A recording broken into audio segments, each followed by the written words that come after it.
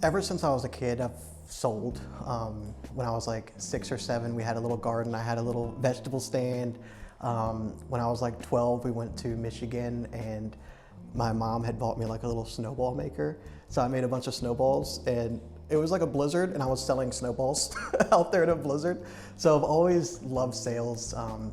But really what got me into real estate was my dad was in real estate, and when I started looking for a home, he was out of real estate at that time, and I didn't have many people that I connected with a lot as far as realtors went. It just felt like people were really looking for a sale, and that kind of bothered me. And me being in sales, I kind of wanted to go in there and make a difference and kind of make it more personal, make it more about getting you the home that you're looking for and giving you the resources to be prepared for that process rather than going into it blind and somebody just, let's make an offer, let's get to this. I wanted to be that difference that made it more comfortable for people.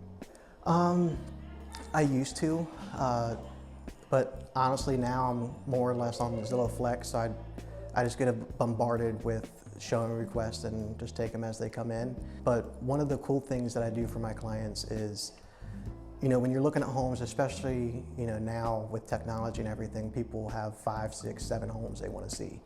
And it's like trying perfume, right?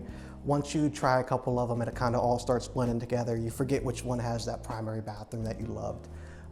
So one thing that I do that's a little bit different is I will do like video tours during my showings, and then I post them to YouTube for my clients with link-only access view, so only they can see that video.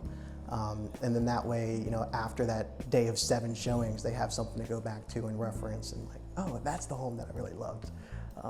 And then, it's just something a little different that I like to do.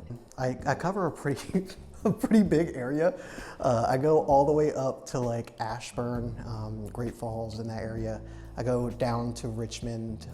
I've sold homes in, what was that area? Woodstock. And then all the way to Colonial Beach. So I cover a pretty wide radius, but Fredericksburg is definitely home base. Pretty much every single transaction. Yes, I love UT. They have never steered me wrong. They've always been the best communicators. Like I've used other title companies just to see what else is out there, same thing with lenders and stuff. But ultimately I keep coming back to UT because there's nothing else that really compares as far as service goes.